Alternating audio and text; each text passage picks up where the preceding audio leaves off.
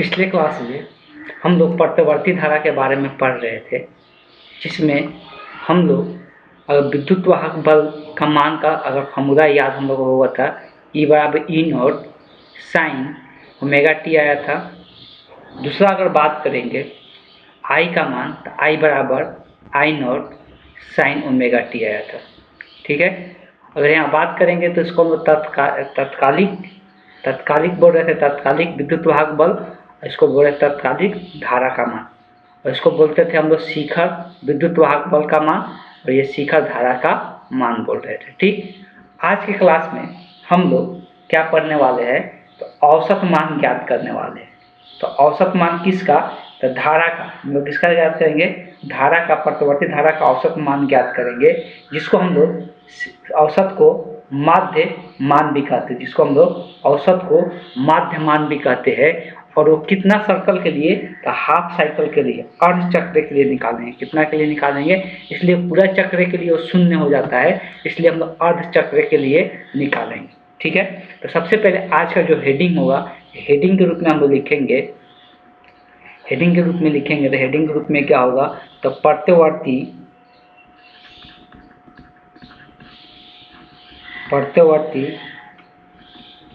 धारा का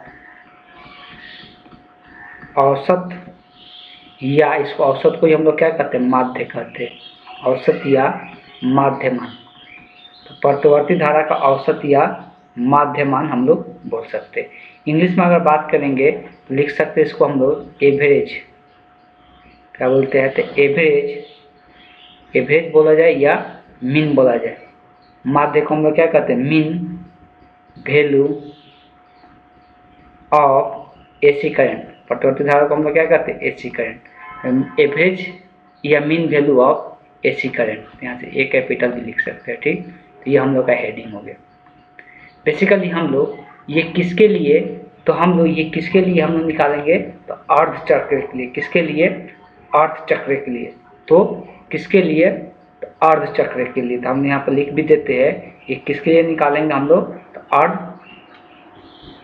चक्र या चक्र ही लिखते हैं, अर्ध चक्र के लिए। आधा चक्र का अगर बात करेंगे तो जो समय का होगा, तो समय कहाँ से स्टार्ट होगा, समय 0 से लेके 0 टू कहाँ तक जाएगा, समय 0 to t equal to 0 to कहाँ तक, t इक्वल टू t बटे कितना 2 तक। अर्ध चक्र में यही होता है ना, 0 से लेकर t/2 तक। आधा चक्र के लिए निकालेंगे तो समय का जो लिमिट होगा वो क्या होगा, 0 से कहाँ तक, तो ये 2t वो है। ठीक है, t और 2 है, कहाँ तक, t/2 तक। अर्ध चक्र के लिए हम लोग निकालेंगे जब, तो सबसे पहले हम लोग एवरेज का फार्मूला जान लेते हैं कि बेसिकली इंटीग्रेशन के फॉर्म में जो एवरेज का फार्मूला होता है वो क्या होता है।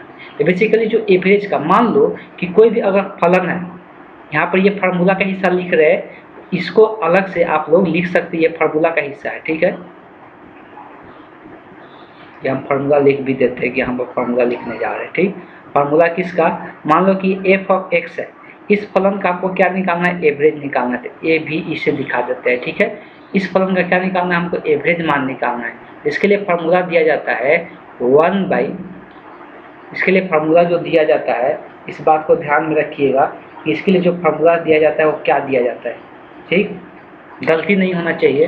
तो यहाँ से ये जो फार्मूला दिया जाता है, a टू b, फलन अगर कहाँ से कहाँ वेरी कर रहा है, a to b, f of x into dx divided by a to b into dx। तो ये किसी भी फलन का औसत मान निकालने का ये फार्मूला है। किसी भी फलन का ये औसत मान निकालने का फार्मूला है। थोड़ा सा अगर इस फार्मूला में थोड़ा सा चेंजिंग कर दिए, फार्मूला का हिस्सा है। ठीक है, ये कभी भी डेरिवेशन में नहीं लिखना है। अगर कोई बोलेगा फलन के, इस फलन के स्क्वायर का औसत निकाले, इस फलन के स्क्वायर का औसत निकाले, इस फलन के स्क्वायर का औसत निकाले, तो इसके लिए जो फार्मूला हो जाएगा स्क्वायर का औसत, तो यहाँ पे जो फलन होगा उस फलन का क्या होगा, स्क्वायर हो जाएगा। यहाँ पे जो फलन है उस फलन का स्क्वायर हो जाएगा इंटू dx। बाकी जो फार्मूला है वो सेमी फार्मूला रहेगा, बाकी जो फार्मूला है वो सेमी फार्मूला रहेगा। यहाँ पे a है। ठीक है, ये जो बाकी जो फार्मूला है वो सेमी फार्मूला रहेगा और कोई फार्मूला में परिवर्तन नहीं होगा। इसका भी यूज आएगा इसलिए हम यहाँ पर इसको बता दें, इसका भी यूज आएगा, इसलिए इस फार्मूला को भी हमने यहाँ पर बता दी। इसलिए बताए जो स्क्वायर फलन के स्क्वायर का औसत होता है, तो एक और ये औसत का फार्मूला हो गया। एक और फार्मूला हम लोग पढ़ेंगे, उसको हम बोलते हैं वर्ग माध्य मूल। क्या बोलते हैं? वर्ग माध्य मूल का फार्मूला। तो इसको भी लिख देते हैं वर्ग माध्य मूल। वर्ग माध्य मूल जिसको इंग्लिश में हम लोग कहते हैं RMS, रूट मीन स्क्वायर। क्या कहते हैं? पूरा नाम लिखेंगे तो root mean square, root mean square, जिसको शॉर्ट फॉर्म में क्या लिखा जाता है? शॉर्ट फॉर्म में RMS लिखते हैं। क्या लिखते हैं? RMS लिखते हैं। तो कोई फलन का अगर RMS वैल्यू निकालना है, कोई फलन का क्या निकालना है हमको? RMS वैल्यू निकालना है, RMS मान निकालना है। ये क्या होता है? रूट अंडर जो फलन के स्क्वायर का, जो फलन के स्क्वायर का औसत मान होता है, उसी को हम लोग क्या कहते हैं? RMS मान कहते हैं। उसी को हम लोग क्या कहते हैं? RMS मान कहते हैं। तो ये यहाँ से 3 फार्मूला ध्यान में रखना है। यही फार्मूला का हम लोग यूज यहाँ पे करने वाले हैं। ठीक, तो ये 3 फार्मूला अलग से लिख लेना है। डेरिवेशन पार्ट जो स्टार्ट होगा अर्थ चक्र के लिए यहाँ से स्टार्ट होगा, और ये 3 फार्मूला जो है ये अलग से लिख लेना है। ठीक है, तो हम लोग चर्चा करेंगे डेरिवेशन पार्ट पर। ठीक, तो हम लोग को पता है पहले से, माना कि एक प्रत्यावर्ती धारा I बराबर I not sine omega T है।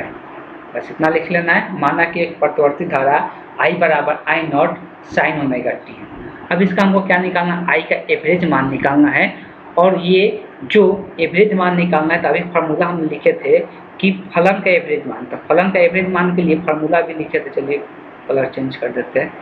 फलन के एवरेज मान के लिए वहाँ से तुलना कर सकते हैं। फलन की जगह यहाँ पर क्या है? I है, तो IVE मतलब I का एवरेज मान। I का एवरेज मान के लिए अभी फार्मूला हम लोग पढ़ चुके हैं। क्या पढ़े? A to B, लिमिट कहाँ से? A to B। यहाँ पर लिमिट कितना होगा? 0 से T/2। कहाँ तक जा रहे हैं हम लोग? 0 से T/2। A के जगह 0 से स्टार्ट हो रहे हैं, और B के जगह T/2। और यहाँ पे क्या था? I। यहाँ पे क्या था? I। उसके बाद क्या था? I इंटू dx था। और यहाँ पर किसके रिस्पेक्ट में निकाल रहे हैं? T के रिस्पेक्ट में। तो I इंटू क्या होगा? dt होगा, डिवाइडेड बाई फिर से लिमिट जो रखना है क्या है? 0 से T/2 तक, 0 से T/2 तक। और यहाँ पे क्या था? dt था। यहाँ पे क्या था? dt था। अब इसी को वहाँ पे I का मान रख के इंटीग्रेट करना है। तो I AVE बराबर हो जाएगा, ये डेरिवेशन भी आता है तो ध्यान में रखना है, डायरेक्ट भी पूछा जाता है रिलेशन। ठीक, तो I का मान जो है कितना है? I not sine omega T into D T divided by, अब हमको पहले से पता है dt का जो इंटीग्रेशन होता है वो क्या होता है? t होता है। तो dt का जैसे dx का इंटीग्रेशन क्या होता है? x होता है, तो dt का क्या होगा? t होगा। और लिमिट क्या है? 0 to t/2। ठीक है, ऊपर का जो इंटीग्रेशन करना है, जो उसमें सबसे पहले जो अचर रहेगा, अचर गुणांक रहेगा, जैसे I इसमें क्या है?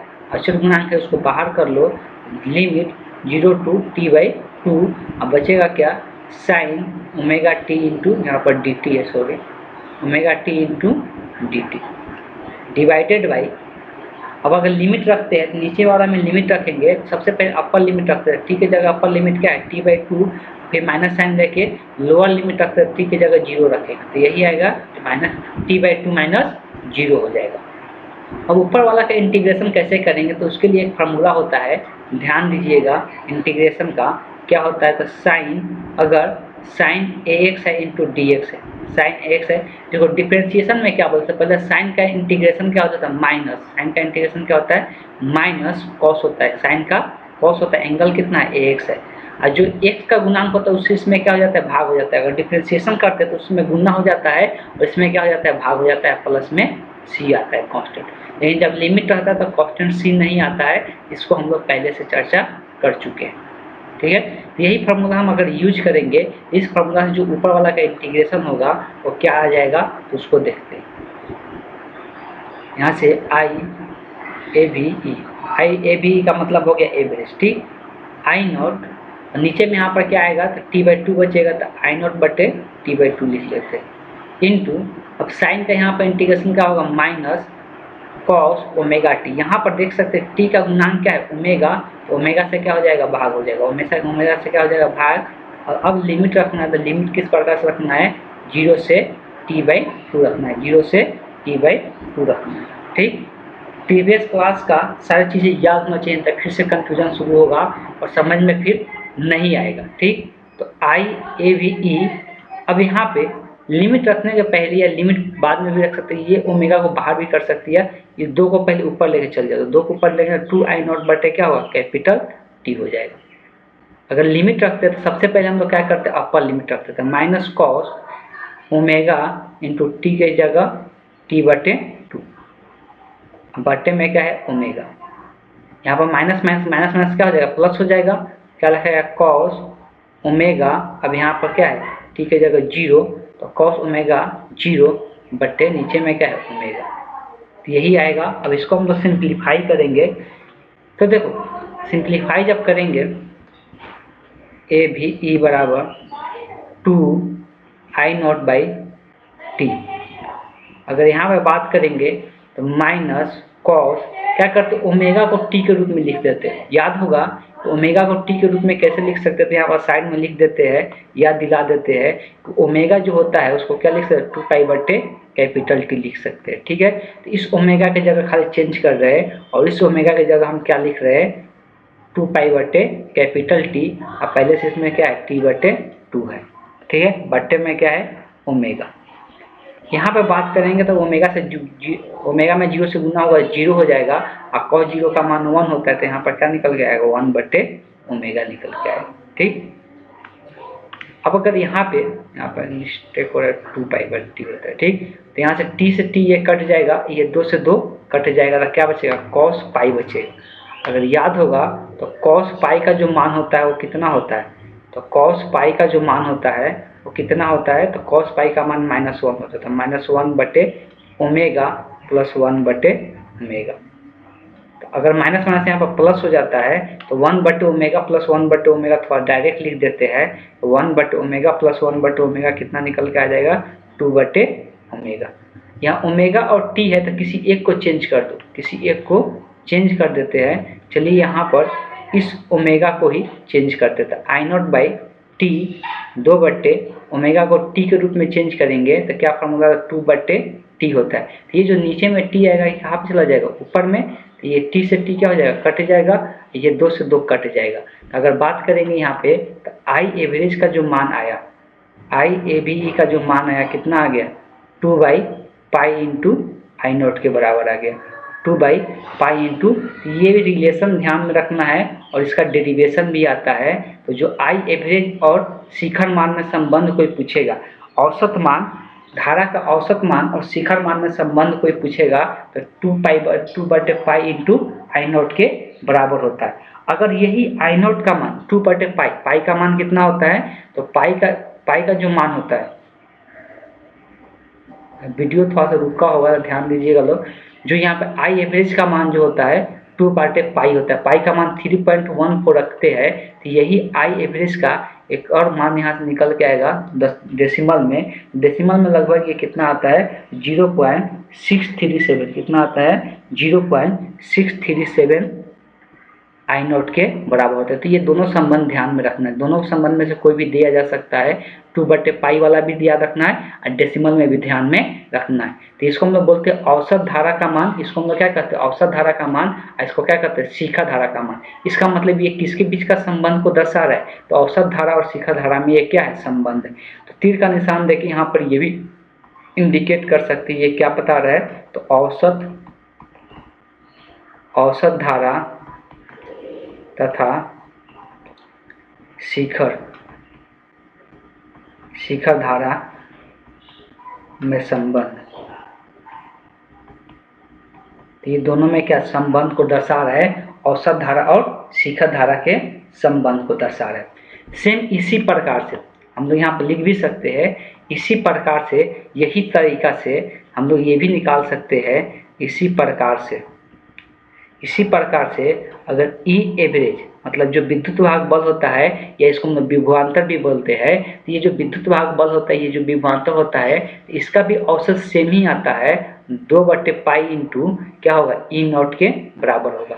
2/पाई इंटू E0 के बराबर होगा, या इसको हम डेसिमल में लिखेंगे 0.637 E0 के क्या होगा, बराबर होगा। तो दोनों में से दर्शा सकते कोई, तो यहाँ पर विद्युत वाहक बल का भी यही संबंध आएगा जो धारा में जो संबंध आया है, जो धारा में संबंध आया है। ठीक है।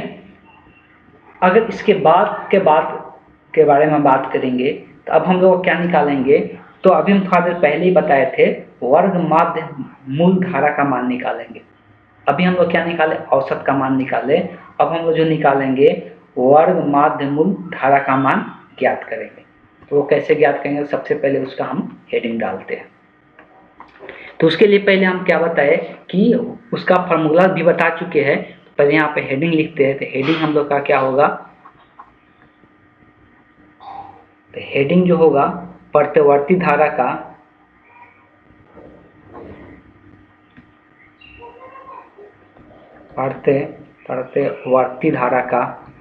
प्रत्यवर्ती धारा का वर्ग माध्य मूल धारा ज्ञात करेंगे। अगर इंग्लिश में लिखना चाहे तो लिख सकते हैं कि वर्ग माध्य मूल धारा को क्या लिखते हैं, तो root mean square current of AC current. Root mean of square current of AC current, इसको शॉर्ट फॉर्म में RMS भी कहते हैं। इस बात को भी ध्यान में रखना है। ठीक है। तो इसमें भी सेम हम वही चीज मानेंगे। क्या मानेंगे, माना कि प्रत्यवर्ती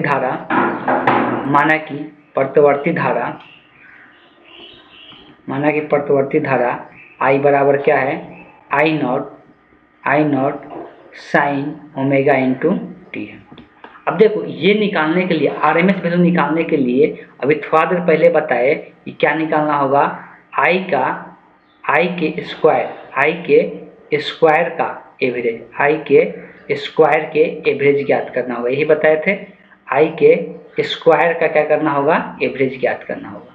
तो I के स्क्वायर का अगर एवरेज हम लोगों को ज्ञात करना है तो इसके लिए फॉर्मूला बता दिए थे कि क्या होगा। अभी भी ये भी अर्ध किसके लिए, अर्ध चक्र के लिए ही होगा।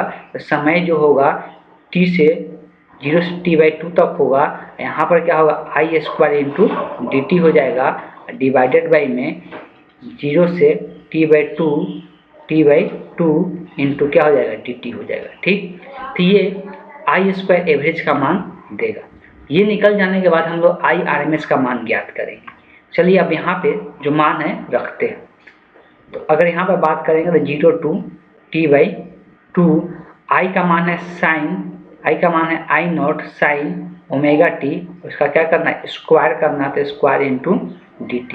और नीचे वाला सिंपल अभी हम लोग इंटीग्रेशन देखे ही कि dt का जो इंटीग्रेशन होता है t होता है। यहाँ से dt का इंटीग्रेशन क्या हो जाएगा, t हो जाएगा। अगर लिमिट का बात करेंगे तो लिमिट कहाँ से, 0 से t/2 हो जाएगा, 0 से t/2 हो जाएगा। ठीक है। ऊपर वाला को थोड़ा सिंप्लीफाई करते चलते हैं। ऊपर वाला का सिंप्लीफाई करेंगे तो 0 से t/2 हो जाएगा। यहाँ पे अलग अलग स्क्वायर करके लिख सकते हैं। तो I नॉट का स्क्वायर और क्या होगा, sine square omega into T हो जाएगा इंटू dt। दोनों का अलग अलग स्क्वायर करके लिख दिए। ठीक है। नीचे वाला का लिमिट अभी थोड़ा देर पहले लिखे थे, वैसे ही लिखाएगा t/2 माइनस क्या हो जाएगा 0, अपर लिमिट, फिर लोअर लिमिट t के जगह रख दो। अब यहाँ से देख सकते हैं I नॉट का स्क्वायर अचर मान है, तो यहाँ पे इंटीग्रेशन से ये क्या आ जाएगा, बाहर आ जाएगा। यहाँ पे I नॉट का स्क्वायर बाहर आ जाएगा और यहाँ पर नीचे में क्या बचेगा, t/2 बचेगा। इंटीग्रेशन जो करना रहेगा किसका करना है, 0 से t/2 साइन स्क्वायर का इंटीग्रेशन। अभी देखो थोड़ा सा इंटीग्रेशन समझने में दिक्कत होगा, इसलिए कि मैथ में अभी नहीं पढ़े हैं लोग। लेकिन साइन स्क्वायर थीटा का इंटीग्रेशन किस प्रकार से किया जाता है, तो ये साइन 2 थीटा के टर्म में या कॉस 2 थीटा के टर्म में परिवर्तन करके किया जाता है। अब यहाँ पर थोड़ा सा फार्मूला का बात कर लेते हैं। फार्मूला का बात करेंगे तो फार्मूला हम लोग जानते हैं क्या जानते हैं, तो cos 2 थीटा का फॉर्मूला एक हम लोग जानते हैं, वो क्या होता है 1 माइनस 2 साइन स्क्वायर थीटा होता है, 1 माइनस 2 साइन स्क्वायर थीटा। हमसे कोई बोलेगा कि इस फार्मूला से साइन स्क्वायर थीटा का मान निकालो, मतलब हमको साइन स्क्वायर थीटा का मान चाहिए, तो ये माइनस में है तो इसको इधर लेके आ जाओ, 2 साइन स्क्वायर थीटा इधर लेके आ जाओ और कॉस इधर प्लस में तो उधर लेके चल जाओ माइनस में, तो 1 माइनस 2 कॉस थीटा हो जाएगा। हमको यहाँ से क्या करना है कि साइन स्क्वायर थीटा का मान चाहिए, तो साइन स्क्वायर थीटा का फॉर्मूला क्या निकल के आएगा 1 minus cos 2 theta divided by 2। इसी फार्मूला पे हम यहाँ पे इसको चेंज करने वाले हैं, साइन स्क्वायर थीटा को लिखने वाले हैं 1 माइनस कॉस 2 थीटा। थीटा की जगह ध्यान में रखना है यहाँ पर क्या दिया गया है, ओमेगा टी दिया गया है, थीटा की जगह यहाँ पर ओमेगा टी दिया गया है, तो यही फार्मूला का हम यहाँ पे यूज करने वाले हैं।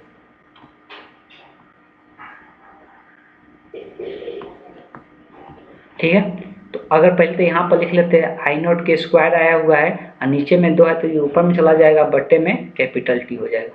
इंटीग्रेशन का बात करेंगे तो लिमिट अभी वही रहेगा 0 से टी बटे 2। साइन स्क्वायर को चेंज करना है इसमें, तो क्या लिखाएगा 1 माइनस कॉस 2 थीटा की जगह क्या है ओमेगा टी, तो क्या लिखाएगा थीटा की जगह ओमेगा टी डिवाइडेड बाई क्या हो जाएगा 2 इंटू डी टी हो जाएगा। अब यहाँ से 2 नीचे में गुणांक है तो 2 को हम लोग क्या कर सकते हैं बाहर कर लेते हैं, 2 को बाहर लेके आ जाएंगे तो 2 आई नॉट के स्क्वायर बटे टी गुने क्या हो जाएगा 2 हो जाएगा, इंटीग्रेशन 0 टू टी बाई 2, यहाँ पर 1 माइनस कॉस क्या हो जाएगा 2 omega into T into D T. Integration जब प्लस और माइनस में रहता है तो दोनों का इंटीग्रेशन हम लोग क्या करते हैं, ये नीचे में 2 था ठीक 1/2, तो ये 2 से 2 यहाँ पे कट जाएगा, यहाँ पर जो बचेगा आई नॉट के स्क्वायर बटे टी हो जाएगा। 1 का इंटीग्रेशन हम लोग पहले से जानते हैं किसके टी के सापेक्ष कर देते हैं, यहाँ पर क्या हो जाएगा टी हो जाएगा, माइनस ये बताया कॉस का इंटीग्रेशन जो होता है क्या होता है साइन होता है, तो इस चीज़ को हम लोग जानते हैं। और एंगल यहाँ पर जो दिया है एंगल को लिख दो 2 ओमेगा टी, कॉस का इंटीग्रेशन क्या होता है साइन होता है प्लस में होता है ठीक। अब बताए थे अभी जो भी यहाँ पे गुणांक रहेगा उससे भाग करना था, टी का गुणांक यहाँ पे क्या है 2 ओमेगा, तो 2 ओमेगा से क्या हो जाएगा भाग हो जाएगा, तो यही इसका इंटीग्रेशन हो जाएगा। लिमिट कहाँ से कहाँ है 0 से टी बटे 2 है, 0 से टी बटे 2 है। अब यहाँ पर लिमिट का मान रखेंगे तो इसी को रख के सिंप्लीफाई करेंगे तो आई नॉट के स्क्वायर बटे टी, सबसे पहले हम अपर लिमिट रखेंगे तो टी के जगह T by 2 minus sine 2 omega T के जगह टी बटे 2 डिवाइडेड बाई 2 ओमेगा। अब अगर लोअर लिमिट रखते हैं तो लोअर लिमिट रखने के लिए हम लोग क्या करते हैं माइनस साइन देते हैं, तो टी के जगह यहाँ पर 0 रखेंगे और यहाँ पर माइनस माइनस क्या हो जाएगा प्लस हो जाएगा, और यहाँ पर लिखेंगे साइन 2 ओमेगा टी के जगह 0 डिवाइडेड बाई 2 ओमेगा। तो सब लिमिट यहाँ पर रखा गया अपर और लोअर। अब इसको हम यहाँ पे सिंप्लीफाई करेंगे।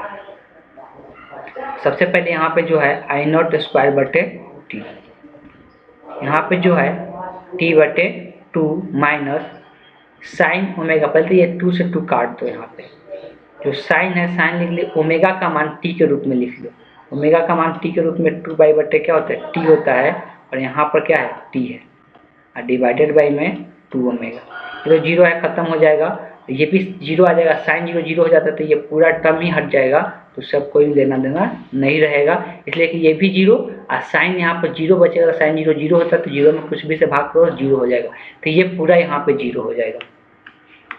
और अगर यहाँ ध्यान से देखेंगे तो इस टी से टी कट जाएगा, जब टी से टी कट जाएगा साइन 2 पाई बचेगा, और साइन 2 पाई का मान क्या होता है 0 होता है, तो ये पूरा पद क्या हो जाएगा, ये पूरा पद यहाँ पर 0 हो जाएगा, और सिर्फ बचेगा क्या आई नॉट के स्क्वायर बाई टी, सिर्फ यहाँ पर बचेगा क्या तो टी बाई 2 बचेगा, ये पूरा यहाँ पे 0 हो जाएगा, टी बाई 2 यहाँ पे आ जाएगा, ये टी से टी क्या हो जाएगा कट जाएगा। तो क्या देखने को मिला कि आई स्क्वायर का औसत मान, आई स्क्वायर का औसत मान जो आया कितना आया आई नॉट स्क्वायर बटे, लेकिन हमको औसत मान नहीं निकालना था, हमको क्या निकालना है मीन वैल्यू निकालना है, रूट मीन स्क्वायर, आई RMS मान निकालना है। आई RMS का फॉर्मूला बताए थे, जो औसत मान आएगा उसी को क्या करना है रूट ले लेना है, उसी का क्या करना है रूट ले लेना है, इसका हम रूट ले लिए। इसका मान कितना आया है, इसका मान इसमें हम लोग रखेंगे तो क्या आया है आई नॉट के स्क्वायर डिवाइडेड बाई क्या आया है 2 आया है। तो आई नॉट से तो एक आई बाहर निकल जाएगा, तो IRMS का जो मान आया, IRMS का जो मान आया, I0 बाहर आ जाएगा और बट्टे में रूट में क्या रह जाएगा, 2 रह जाएगा। ये IRMS में संबंध आया और ये 1/√2 जो है ना, इसको अगर सिंप्लीफाई करके लिखेंगे तो ये आता है 0.707। ये कितना आता है, 0.707 I0 के बराबर आएगा। 0.707 I0 के बराबर आता है। ठीक है, अब यहाँ से ये जो रिलेशन बता रहा है, क्या बता रहा है, ये धारा का RMS मान तथा क्या शिखर मान में संबंध बता रहा है। तो लिख सकते हैं धारा का RMS मान तथा शिखर मान में संबंध को दर्शा रहा है, शिखर मान में संबंध को दर्शा रहा है। ठीक, तो ये संबंध को दर्शा रहा है। तो ये बहुत जगह ये सब ऑब्जेक्टिव क्वेश्चन में पूछा जाता है और सब्जेक्टिव भी पूछा जाता है, डेरिवेशन। इसमें भी इसी प्रकार से करके लिख सकते हैं, इसी प्रकार से विद्युत वाहक बल के भी लिख सकते हैं। तो विद्युत वाहक बल RMS का जो मान होगा वो क्या होगा, E0/√2 होगा, या इसको लिख सकते हैं 0.707 E0। ये कैसे आता है, तो √2 का मान रखा जाता है 1.41 और जब 1 में इतना से भाग किया जाता है तो इतना मान आता है, तो लगभग में निकाला जाता है। ये भी ध्यान में रखना है। तो यहाँ से 2-3 संबंध ध्यान में रखना है। एक तो अगर संबंध किसके बीच का है, अगर शिखर मान और RMS मान में संबंध पूछेगा तो ये, अगर शिखर मान और किसमें औसत मान में संबंध पूछेगा तो इसके पहले जो निकाले थे वो था। तो एक बार हम लोग फिर से देख लेते हैं कि क्या क्या चीज़ें हम लोग देखें। और एक और चीज़, अगर पूरा साइकिल के लिए कभी पूछेगा तो फुल साइकिल के लिए हमेशा क्या हो जाता है, 0 हो जाता है। अगर फुल साइकिल के लिए कभी पूछेगा, ये हम लोग किस लिए निकाले, अर्ध साइकिल के लिए निकाले। अगर फुल साइकिल के लिए कभी पूछेगा तो उसका मान क्या हो जाता है, 0 हो जाता है। इस बात को ध्यान देना है।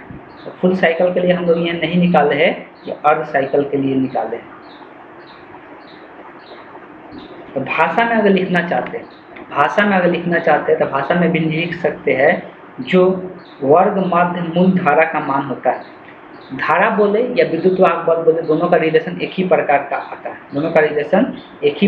आता है। ये सारा रिलेशन ध्यान रखना है, कभी भी भूलना नहीं है। अगर IAB पूछता है, एवरेज पूछता है, AGB लिख देता है, तो I एवरेज पूछता है तो क्या होता है, तो ये हम लोग देखे थे कि I एवरेज का जो मान होता है, तो I एवरेज का मान क्या देखे थे, 2I0/π लिखो, या इसको हम लोग ये भी लिखे थे 0.637 I0 भी लिखा जाता है। ठीक, ये देखे थे। या IRMS का कोई मान पूछेगा तो उसको हम लोग देख चुके कितना होता है, I0 कितना √2 होता है, या इसको 0.7 क्या था, 707 I0 का। ठीक, इसको ऐसे भी लिखा जाता है। या E0 का, E एवरेज का भी मान पूछेगा तो क्या होगा, 2E0/π होगा, या 0.637 E0 लिखेंगे। या कोई पूछेगा तो ये सब किसके लिए निकाले हैं हम, किसके लिए, तो अर्ध चक्र के लिए निकाले। ठीक, वैसे ERMS का कोई मान पूछेगा, इसका भी कितना हो जाएगा, E0/√2 लिख सकते हैं, या 0.707 I0 हो जाएगा। ठीक, इस प्रकार से ध्यान देना है कि किस प्रकार से ये सब चीज़ें निकल रहा है।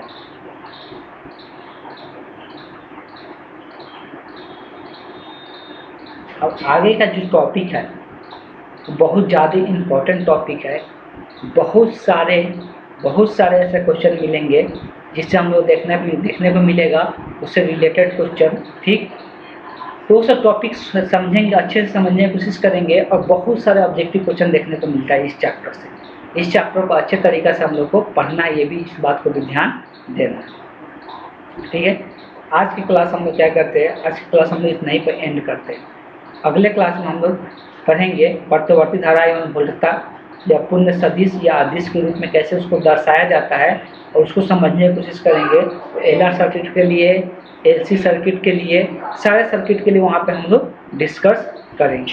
ठीक है, फिलहाल ये सारे संबंध ध्यान में होना चाहिए। ये अलग से भी यहाँ पे हम लिख दिए हैं, ये सब सारे संबंध ध्यान में होना चाहिए, इसलिए कि एक डायरेक्ट ऑब्जेक्टिव क्वेश्चन पूछा जाता है। ये सबसे डायरेक्ट ऑब्जेक्टिव क्वेश्चन रहता है, संबंध यहाँ पर पूछा जाता है।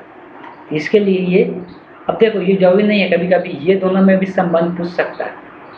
ये दोनों में संबंध निकालने के लिए एक दूसरे से क्या कर दो, भाग कर दो, ये दोनों में संबंध निकल जाएगा। एक दूसरे से भाग कर देंगे तो ये दोनों में भी संबंध निकल जाएगा ना। तो इस बात को तो भी ध्यान में रखना है कि ये दोनों में भी कभी कभी संबंध पूछा जा सकता है। थोड़ा सा यहाँ पर इंडिकेट कर देते हैं। अगर भाग करोगे तो क्या लिखेंगे, IABE बटे IRMS, यही होगा ना। इधर में भाग करेंगे तो देखो आई कट जाएगा, ऊपर में बचेगा 2 और नीचे में यहाँ पर बचेगा पाई, और ये जो नीचे में आई है √2 है, ऊपर में चला जाएगा √2। तो क्या संबंध निकल के आ रहा है, अगर IABE का संबंध देखेंगे तो 2√2 बटे पाई इंटू IRMS हो जाएगा। इस तरह से संबंध को दर्शाया जा सकता है। ये संबंध इस तरह से दर्शाया जा सकता है 2√2 बटे पाई IRMS। इस तरह से संबंध हम लोग निकाल सकते हैं। तो ये भी संबंध पूछा जा सकता है। तो उसको क्या करो, एक में से दूसरे को भाग कर दो, तो भाग करने के बाद दोनों में संबंध हम लोग ज्ञात कर सकते हैं। हर एक चीज़ याद करना जरूरी नहीं होता है, बहुत सारी चीज़ें कॉन्सेप्ट से समझना जरूरी होता है। कॉन्सेप्ट समझ में आया तो वहाँ पे क्या कर सकते हैं, अपने से निकाल सकते हैं। ठीक, इसलिए कि इस और भी अलग अलग प्रकार का कुछ क्वेश्चन देखने को मिल सकता है, तो उसको हम लोग देखेंगे जब भी ऑब्जेक्टिव क्वेश्चन में और भी कुछ क्वेश्चन इससे रिलेटेड हम लोग वहाँ पे चर्चा कर लेंगे। ठीक है, आज की क्लास हम यहीं पर एंड करते हैं।